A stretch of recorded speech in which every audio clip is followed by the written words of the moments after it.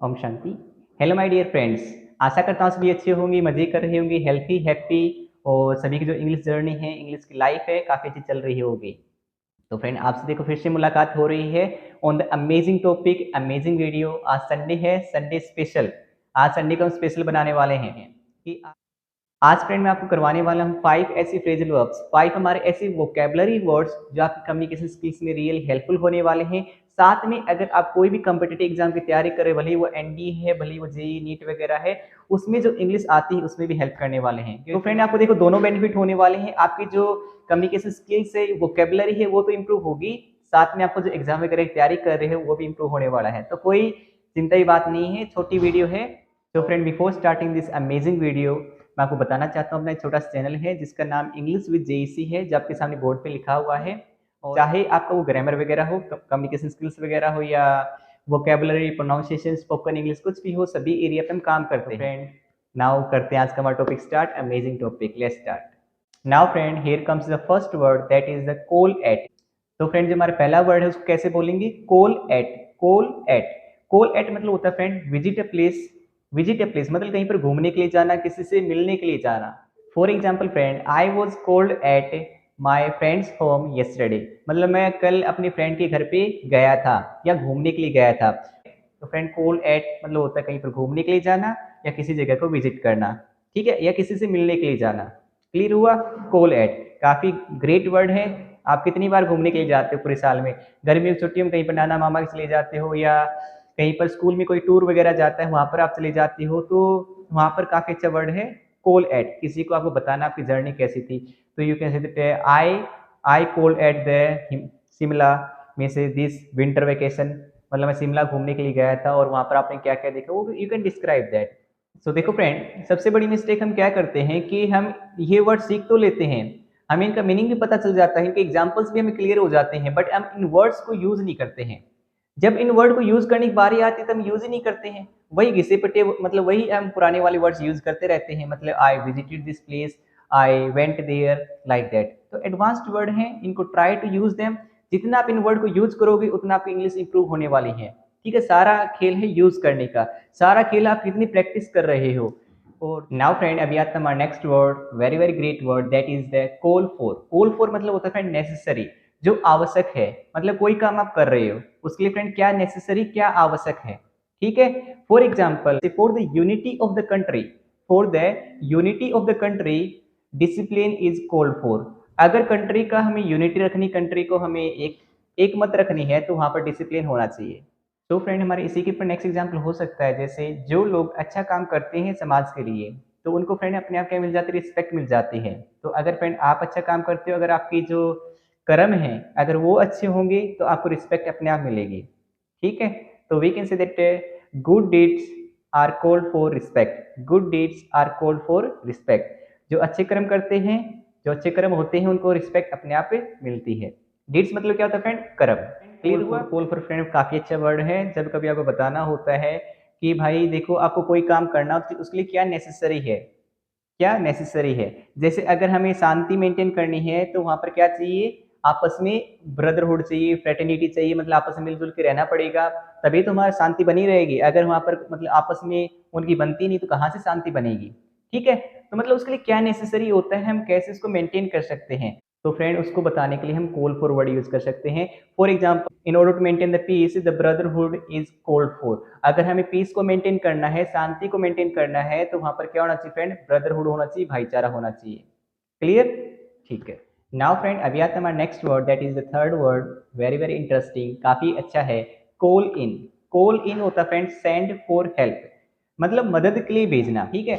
जैसे जो पुलिस वगैरह होती है, कोई मतलब कि हादसा वगैरह हो जाता है, वहां पर हम पुलिस को तुरंत बुला लेते हैं, तो call in. For example, police was called in by the residents without delay, मतलब जो पुलिस है उसको बुलाया गया विदाउट कोई देरी वगैरह की, किसके द्वारा? मतलब रेजिडेंट्स, मतलब वहां पर जो पड़ोसी वगैरह थे उनके द्वारा। जैसे फ्रेंड कई बार क्या होता है कि कोई काम हम अकेले नहीं कर पाते हैं, तो वहां पर हमें किसी दूसरे बंदे की आवश्यकता होती है। जैसे आपका फ्रेंड हो सकता है, आपका बड़ा भाई हो सकता है, तो वहां पर फ्रेंड हम वर्ड यूज कर सकते कॉल इन।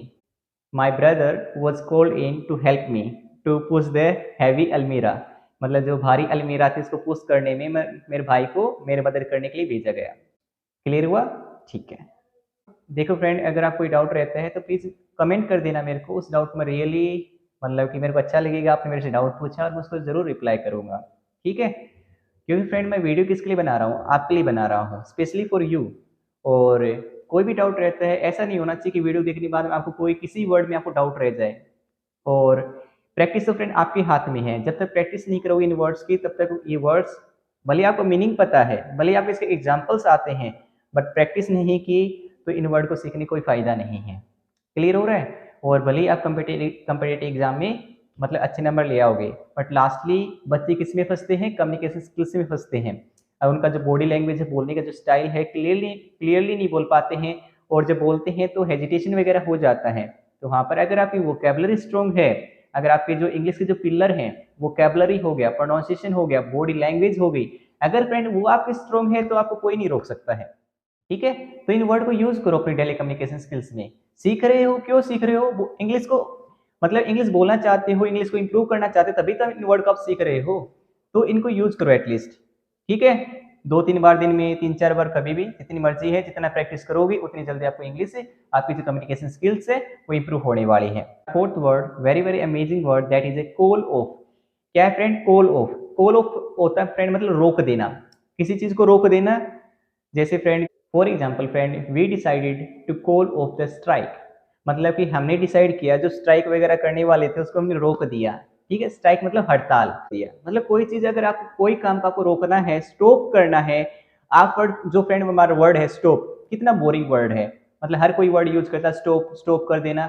वहां पर आप वर्ड यूज कर सकते कॉल ऑफ। कॉल ऑफ कितना एडवांस वर्ड लगेगा, और कईयों को पता ही नहीं चलेगा उसने क्या बोल दिया, क्योंकि फ्रेंड एडवांस्ड वर्ड है। जैसे जैसे जमाना मॉडर्न होता जा रहा है, तो आपकी इंग्लिश को भी आपको मॉडर्न करना पड़ेगा। ठीक है? और फ्रेजल वर्ब्स तो फ्रेंड ऐसी वर्ब्स होती हैं जो काफ़ी ज़्यादा आपको हेल्प करती हैं, आपके कॉन्फिडेंस लेवल को भी इंक्रीज कर देती हैं, और आपकी जो कम्युनिकेशन स्किल्स है उसमें भी एक एनर्जी भर देती हैं। तो friend that's why in phrasal verb पे मैं वीडियो बना रहा हूँ स्पेशल। नाउ फ्रेंड, हियर हमारा नेक्स्ट एग्जांपल है, you have to call off the procrastination. आपको प्रोक्रास्टिनेशन रोकना है।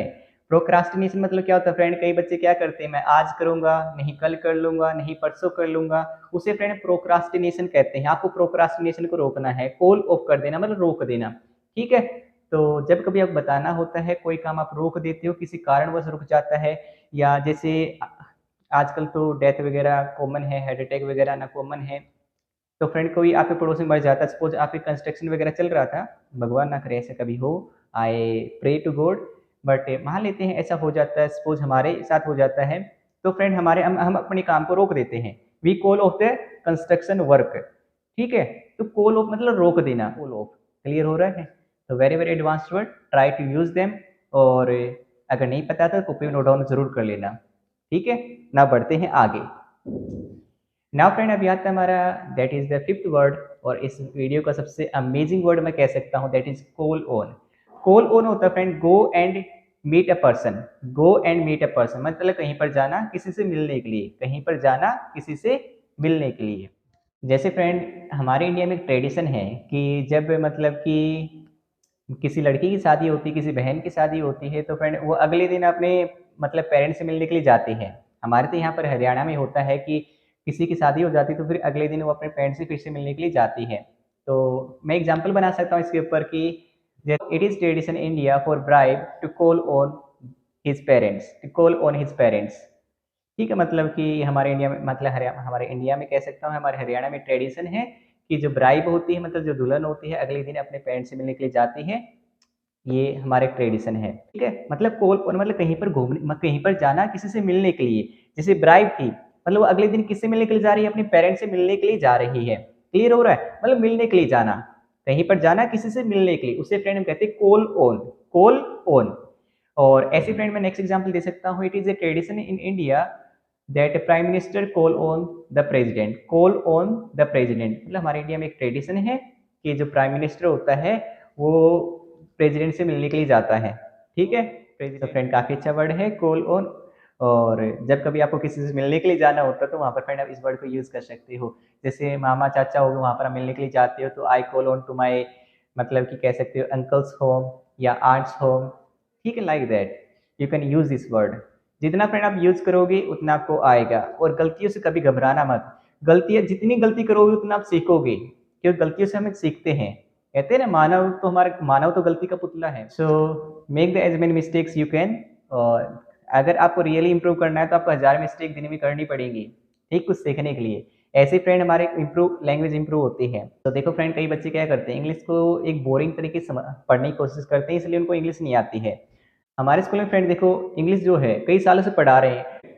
जब से हम स्कूल जा रहे हैं हमारे इंग्लिश का सब्जेक्ट लग रहा है, मतलब 6-7 साल तो हो गए होंगे मैं जाते हुए, या आप कौन सी भी क्लास में हो, कितने साल हो गए मैं इंग्लिश पढ़ते हुए, फिर भी हमें इंग्लिश नहीं आ रही है। क्योंकि हमारे पढ़ने का जो तरीका है इंग्लिश का, वो हमारा गलत है। जैसे हमें हिंदी बोल लेते हैं, आसानी से किसी से बात करनी तो हम कॉन्फिडेंसली बात कर पाते हैं हिंदी में, और जब बारी आती है इंग्लिश में बोलने की तब हम बोल नहीं पाते हैं। इसका मेन रीजन ये होता है फ्रेंड कि हमारे तरीके को हमें बदलना पड़ेगा। तो तरीका फ्रेंड यही होता है इंग्लिश को सीखने के लिए कि आप बोलो उसको। कोई भी आप चीज़ सीखते हो इंग्लिश में, उसको बोलो, किसी के साथ प्रैक्टिस करो उसकी। और अगर आप फ्रेंड ऐसा करते हो, जो वर्ड आप सीख रहे हो, जैसे फ्रेंड मैंने आज आपको 5 वर्ड्स बताए हैं, ठीक है। अगर उनमें से फ्रेंड आप 2-3 वर्ड भी प्रैक्टिस कर ले तो दिन में, तो इसका मतलब ये है कि आपकी इंग्लिश इंप्रूव हो रही है, ठीक है। आपको ये पता चलेगा उन वर्ड्स को हम कहाँ कहाँ पर यूज कर सकते हैं। क्लियर हो रहा है? और अपने आप को थोड़ा खोलो, अपने आप को थोड़ा वाइड करो, अपने जो सर्कल है उसको थोड़ा फैलाओ और यूज करो। क्योंकि आज की दुनिया काफ़ी कम्पिटिटिव हो चुकी है, बहुत ज़्यादा कंपटीशन हाई लेवल है। तो अपने आप को शो करने के लिए हार्ड वर्क करना पड़ेगा, प्रैक्टिस करनी पड़ेगी। तो प्रैक्टिस से कभी घबराओ मत, ठीक है। So thank you very much for watching this video complete. और आशा करता हूँ सभी को ये वर्ड समझ में आए होंगे और अच्छे लगे होंगे। सो ऐसे ही पढ़ते रहो, ऐसे ही सीखते रहो और ऐसे ही मुस्कुराते रहो। Thank you very much for watching this video complete. और फ्रेंड, आप कोई भी डाउट रहता है तो please let me to and please comment कर देना। और जय हिंद।